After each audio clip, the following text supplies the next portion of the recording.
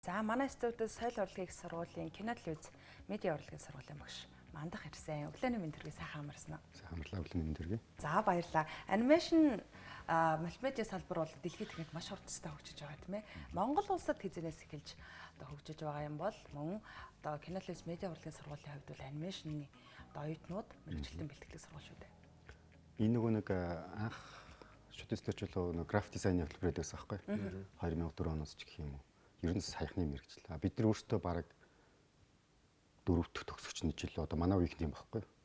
Тийм тэгээд анх компьютер график дизайн гэж чад мультимедиа гэдэг нэршилтэй болоод тэгээд энэ маань болохоор цаашаа урлаг тайгаа нийлэнгуутай медиа анимашн гэдэг бас хэлбэрээр ороод явж байгаа гэж бодлоо. Тэгээд одоо болохоор ер нь залуухан салбар гэдэг нь бол яг юутай болсон нөгөө компьютерийн одоо нэг мэдээллийн технологийн одоо нэг үе юусэн шүү дээ. Яг тэндээс хойш үүсэлтэй ингээд нөгөө үндсэн одоо урлагийг нөгөө нэг компьютерлөө оруулсан ийм салбар болж ирсэн байхгүй.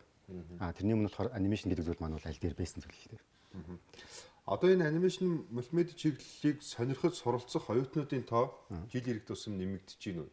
Яг энэ чиглэлээр ямар зүйлсийг хийж болдсон бэ гэдгийг магадгүй шинээрээ суралцах хүсэлтэй тэмүүлэлтэй хүүхдүүд сонссон ч хүүхдүүд байж магадгүй юу хийж бүтээд юм бэ гэдгийг төвчнө хэлцүүлэх юм байна.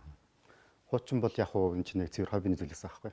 Хүн бол өөрсдийнхөө хийдгүйсэн. Тэгээд яг ажлын байран дээр ч тэр нөгөө нэг яг ажил гэж бас үздэг зүйл байсан. Тэгээд медиа анимашн чиглэлээр суралцж байгаа хүүхд жил ирэх тусам их болоод байна. Бид нар ингээд хуучин ингээд 10 хүүхэдтэй сууж байгаа тохиол байсан чинь одоо ингээд 40 гарцсан. Өөрөө ачаалаад авахгүй хэмжээнд өрцсөн. Дээр нөгөө медиа салбарын нөгөө платформуд нь их болсон болохоор хүн өөр ингэсэн контенттэй ч өөр ингэсэн сувгтай болох гээд ингээд хүн бол өөрөөсөө медиаг хийх боломжтой болсон учраас хүүхдүүд энийг аягүй сонирхоод эхэлж байгаа. Дээр нь нөгөө нэг аним гэдэг зүйл чи өөрөө бас нэг юм соёлын тоглоом болоод ирсэн. Тэг одоо тэр нь Walt Disney анимашнууд байна тий. Тэгээд энэ видео тоглоомод бас их нөлөөлж байгаа тий. За тэгээд ер нь хүүхдүүд л дор бүрнэл гэртэл ингээд зурж ихсээр байгаа л тэрийгэ компьютерлөө оруулаад одоо аль чиглэлээр явах нь өөртөө сонгоол тэгэл үргэлж ингэж хараад байна тий.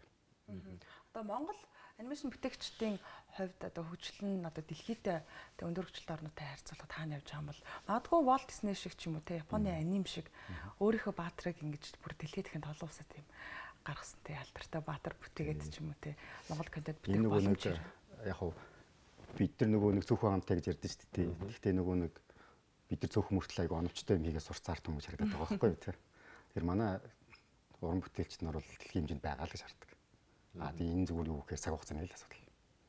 Одоо бид нар зүгээр ингээд энгийн зүгээр Монгол гэдэг бүгд харчлаа шүү дээ. 5 хүүхэд ямар сайн юм хийж байгаа яг тэрнтэй л адилхан зүйл. Манай уран бүтээлчд бол яг тэдний хэмжээнд байгаа. Тэгээд одоо юу гэх юм дэлхийн гоё видео тоглоомууд дээр ажиллаж байгаа эсвэл австрал мастерч юм Холливуд ажиллаж байгаа ингээл маш олон залуучууд ингээд гадагшаа ингээ юм хийж байгаа зөндөө байдаг байхгүй. Энийг нөгөө нэг бид нар их анзаарахгүй байдаг байхгүй. Тэгээд тэр хүн тэр тухайн газар нь яг л Холливуд стандартын дагуулж байгаа хүмүүс гэж нөлөөд.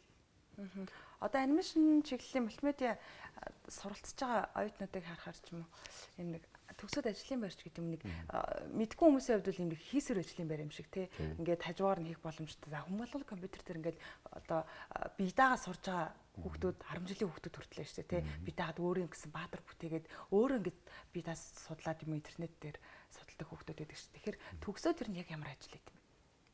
Одоо бол ер нь юм байхгүй. Нэг байгууллагын жолооч гэдэг тий. Тэгээд ингээд нэг 5 хүн тутмын нэг өөр ингэсэн өнцөг байдаг. Энэ донд дизайнерууд ингэдээс хэлж боддог. Эдгээр ч өөрсдөө байгууллагын гоё уур амьсгалах байхгүй. Өөрсдийг нь хэв маяг, өөрсдийг нь үзэл суртал, гоо зүйн өөрөө ингэж тэр тухайн байгууллагыг айгуу чимжээдэг зүйл байхгүй. Энэ албан тушаал илүү нөгөө хувь хүнийхээ хувьд нэг 5 тутмын нэг нь амир гоё байлгадаг үзэгдэл байхгүй. Тэгэхээр одоо харин харьцангуй орчин үед юу график дизайнер, тэгээ аниматор гэдэг ч юм уу эдрийг ажил гэж хүлээж аваад тэгээ илүү гоё ажлын байраар нь тоног төхөөрөмж хангадаг ч юм хуучин бол гэдгүйсэн шүү дээ. Нэг газарт ороод би ийм үнэтэй компьютер дээр суудгаа гэхээр л асуудалтай байдаг гэсэн байхгүй. Одоо болохоор ингээд таныг ийм гоё найрсаг хамт олон хүлээж байна. Ийм тоног төхөөрөмж таны хүсч байгаа бүхнийг аваад яг үрээд ирээ гэдэг тийм үнэтэй болчихсон. Энэ өөрөө байх ёстой л зүйл байсан байхгүй. Одоо л нэг сүүл үед л хүмүүс нэг ойлгоод ирсэн. Өөртөө ч гэсэн өөртөө ойлгуулаад сурцсан гэж юм. Тухайн үед болохоор нөгөө нэг айгуу дарах хүмүүс байгаа байхгүй. Өөртөө илэрхийлэхтэй ч нэг тиймэрхүү юм тий. Одоо бол ингээд таны яриан дээрээс үнслээд ингээд сонсохоор эрэлт хэрэгцээ байна. Тийм ээ? Жил ирэх тусам энэ хэрэгцээнүүд бол нэмэгдэх. Сонирхох хүүхдүүдийн тоо их байхад байна. Гол нь тухайн одоо суралцагчаас ч юм уу ямар чадварыг илүү их шаарддаг гэдэг гол зүйл байх. Мэдээж нэгдүгээр сонирхол байх. Өөр ямар зүйл байх вэ? Тэр нь болохоор нөгөө байгууллагаас шаарддаг гэсэн үг үү? Биш. Тухайн одоо анимашны чиглэлээр одоо мультимедиа чиглэлээр суралцж байгаа оюутнуудын тухайд гэх юм бол залуучуудын тухайд гэх юм. Тэр хүүхдүүдээс ямар ур чадвар шаардах вэ гэж юу? Нэгдүгээр л хамгийн ихний ойлголт нь зөвхөн гоо цаа байгаа байхгүй тийм. Юмыг гоё харж сурдаг байх хэвээр. Дээр нь гарын урдуутай байх хэвээр. Тэгээ компьютерийн мэлээ сайн байх хэвээр гэсэн ур чадвар байгаа. Тэгэнгүүт энэ дээр нөгөө нэг Монголд одоо цөөхөн амтай дээр нөгөө нэг ажлын байран дээр бид аяг их мэддэг учраас заавал нэг хүн 3 төрлийн ур чадвартай байх гэж боддог. Нэг ур чадвар дээр 3 өөр төрлийн юм хийж чадвартай байх хэрэгтэй гэж боддог. Тэр илүү өргөн цар өрөөнд бас байгаасаа гэж боддог. Бас хитрхи нэг юм аа гэж хараагүй утгартаар гэдэг. Тэгэхээр сайн зураг зурдаг байх хэрэгтэй. Жишээ нь сайн зураг авах хэрэгтэй гэдэг ч юм уу. Айгуу гой зохиол мөхөл бичдэг ч юм уу. Ингээд янз янзын юм оролцож явах хэрэгтэй гэж боддог. Ер нь элдвтэй мэрэгжил байхгүй тий. Тийм байна. Ер нь тэгээд энэ зах зээл бол зөвхөн Монгол улстай биш ингээд хаашааш ингээд яг нөгөө интернетийн хязгааргүй хэрэглээ гэдэг шиг яг хязгааргүй ингээд ажиллах боломжтой, танигдах боломжтой ч юм уу. Тэгэхээр одоо Монгол улсад яг энэ чиглэлийг хөгжүүлж яваа төлөв ирсэнд маш их баяртай. Таны ажилд амжилт хүсье. Тэгээ олон анимашн бүтээгчдийг төрүүлж бас дэлхийд дахинд Монголынхаа нэрийг гаргая гэж хүсье. За баярлалаа.